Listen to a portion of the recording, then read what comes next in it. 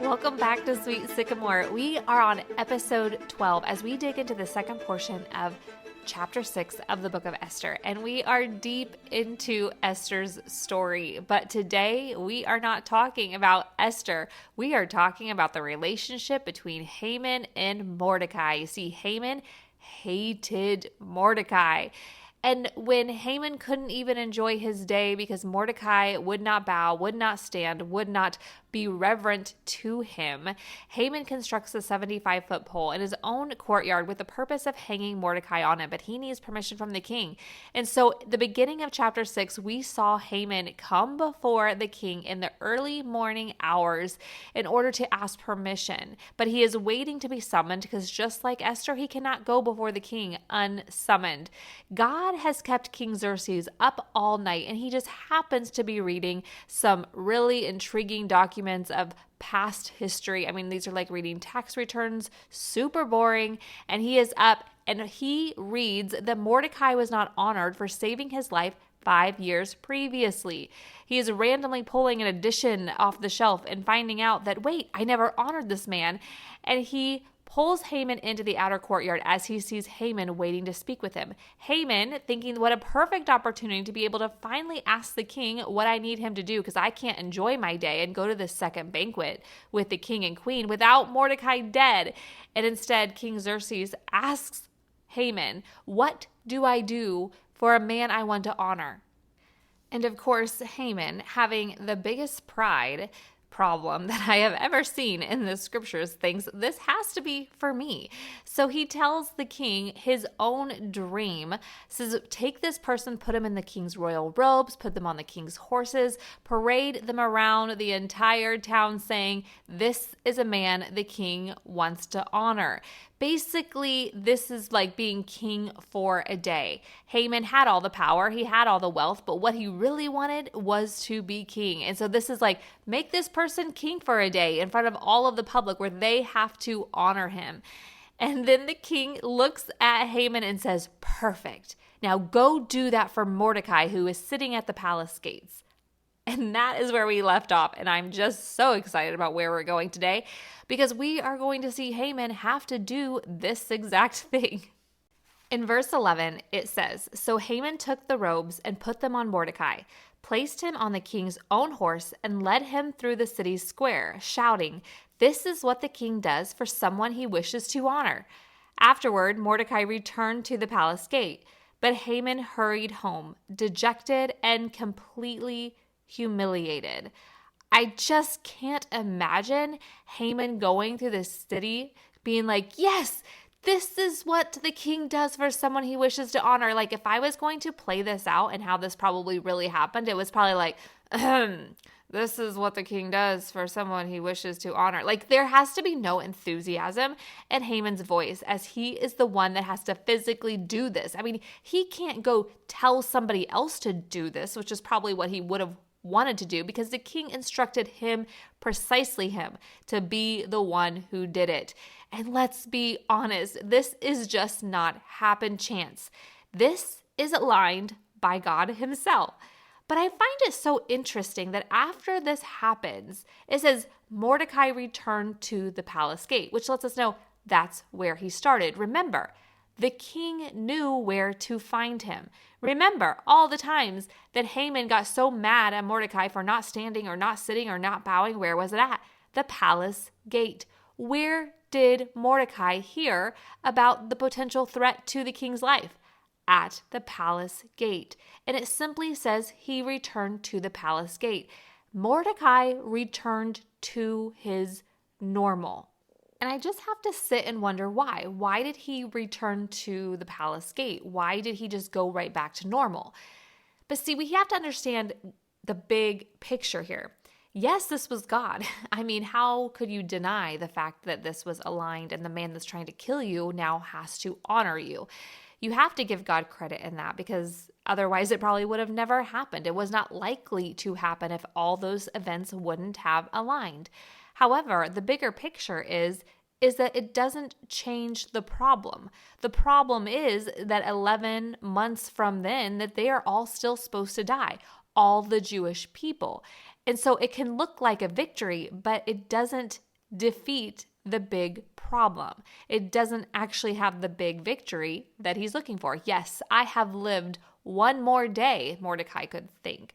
But yet there's still the time date stamp of when he is going to die 11 months from now. And the bigger problem still exists. So that makes sense to me why he is returning to his normal, because it didn't really solve anything.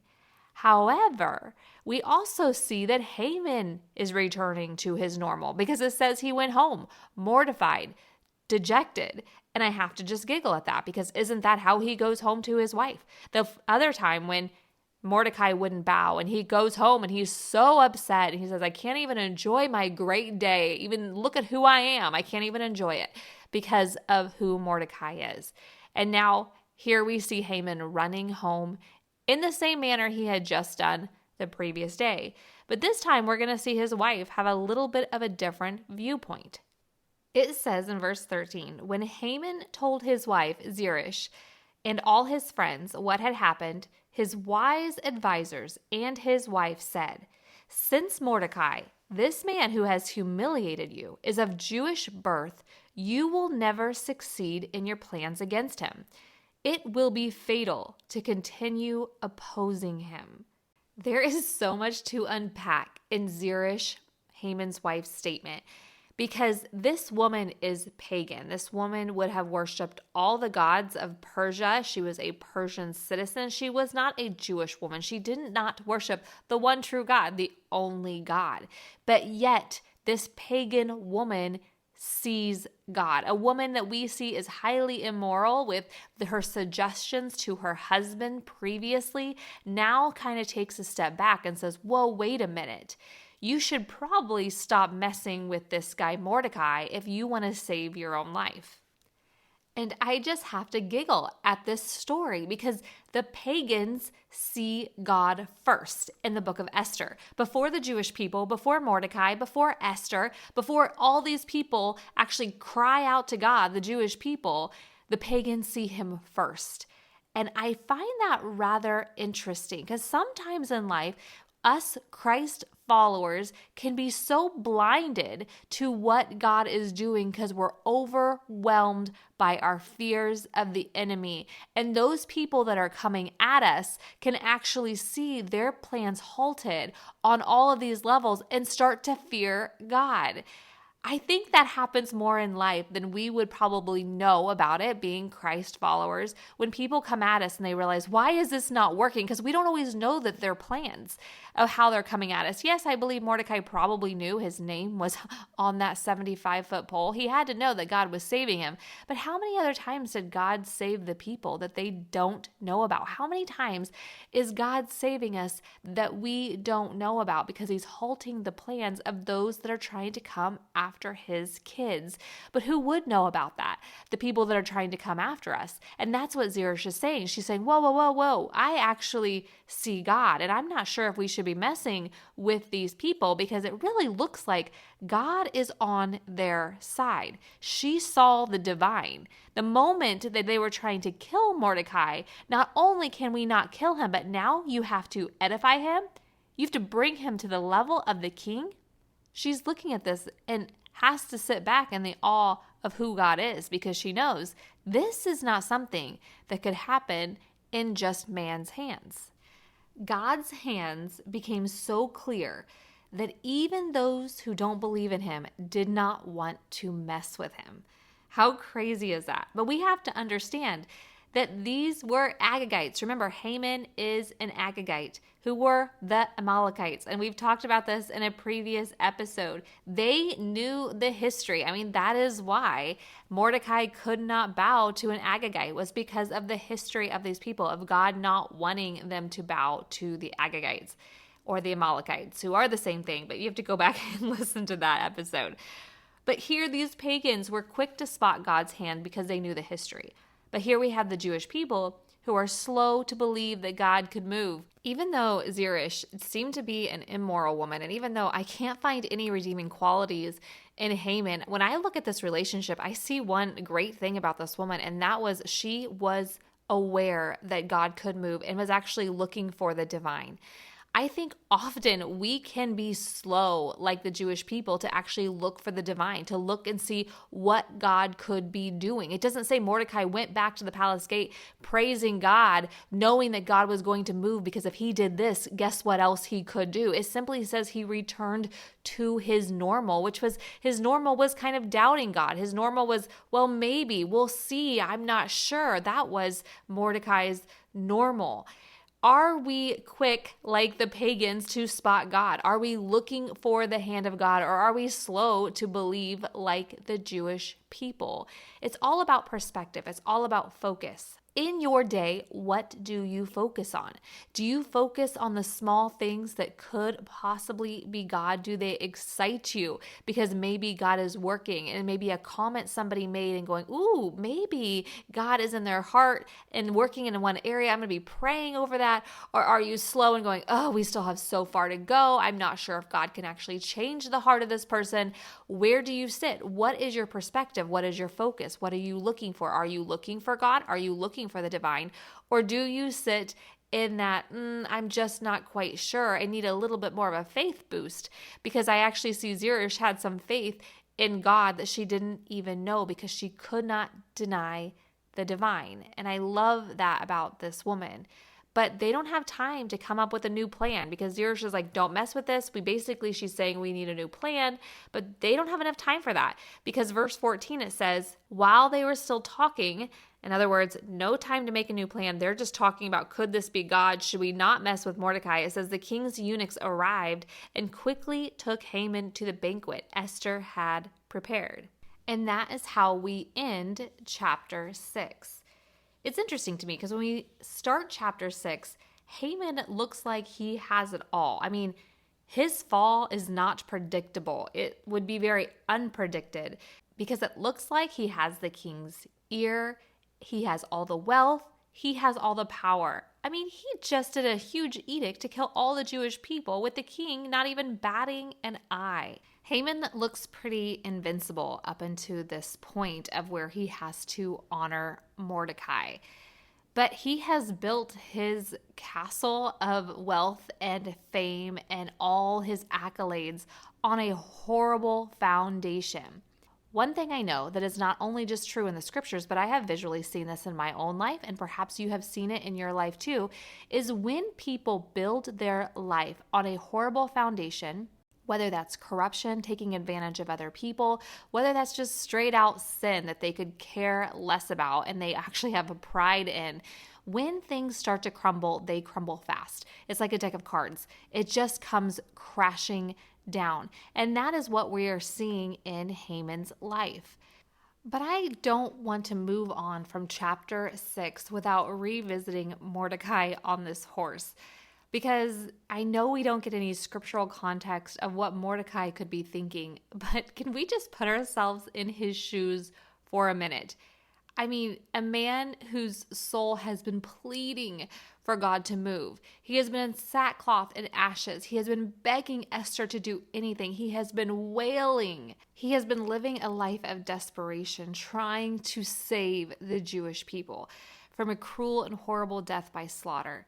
He's heard nothing from Esther. I mean, maybe the good news is that he didn't hear that she died, because he did know that she did go before the king, because it was after those 3 days of fasting. But what he did know was Haman walked out of a dinner, possibly with Esther and King Xerxes, and he was proud and he was arrogant and he was still coming after Mordecai.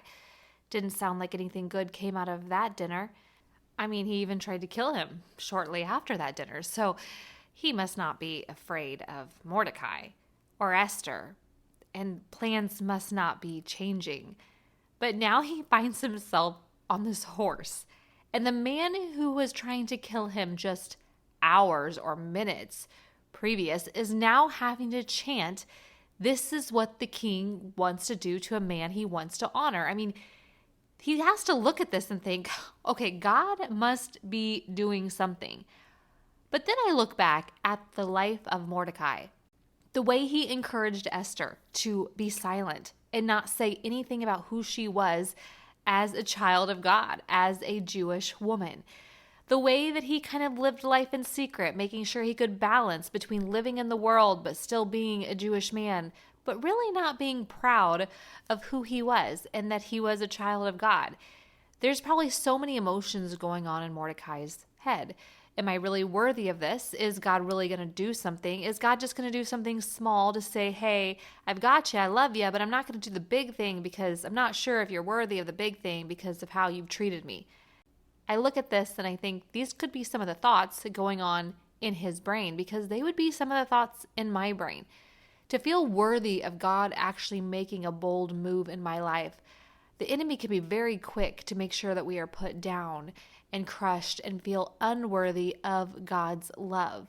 But one thing I know, when my kids need me and my kids cry out for me, even if they have been little stinkers, I naturally want to be there for them as a parent. Do you believe that God thinks the same about you?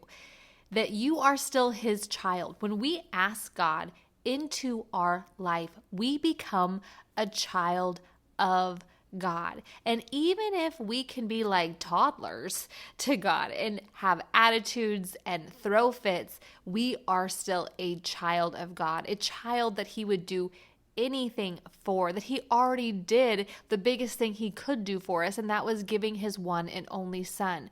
But when we cry out for him, he will be there for us. It may not be in the manner we think. It may be in the last minute second. I mean, Mordecai and Esther have no idea what God can and will do in this moment, but they are still crying out to him. And that's why when we go back to being Mordecai on this horse, on full display, pretending like he is king, I go back to the thought of him thinking that it's not about Mordecai being on full display for everybody to honor Mordecai, but in Mordecai's heart, knowing that this has to be an act of God, that it's not Mordecai being praised in this moment, but God is the one that is being praised in Mordecai's own life because he knows this has nothing to do with him, but these are circumstances aligned by God himself. God was on full display as Mordecai rode that horse, as Haman had to cry out his honor for Mordecai. And Mordecai was worthy of God being on full display through him, because he was a child of God. That even the enemy, even Zeresh the wife, whose idea it was to even impale Mordecai in the first place, could stand in awe and say, we should not mess with God's kids. You are a child of the Lord, and he finds you worthy to fight for you. So I encourage you, wherever you are in your walk with the Lord, open your eyes to focus on where God is moving, where God is fighting for you. And don't get discouraged, even if it looks so small. I love being able to look back on past scenarios where I've seen God move in big ways in my life. Because you know what I see? I see tiny fingerprints. I see little tiny pieces of God that accumulate to the big, giant picture. Sometimes I miss the tiny fingerprints. And I have to always remind myself in really tough circumstances to intentionally look for them. This is God's fingerprint. This is not about Mordecai being honored. This is about God being honored, because God is about ready to do something big. But that, my friends, is for chapter 7. I love seeing God come alive in the scriptures. In the book of the Bible where God isn't even mentioned, we can literally see him everywhere. If you have been living a life where you feel like God is barely mentioned, can I just encourage you that he is all over the place, and start opening your eyes to him. And I promise, my friends, you will see him. Have a great day, and we'll be back again soon.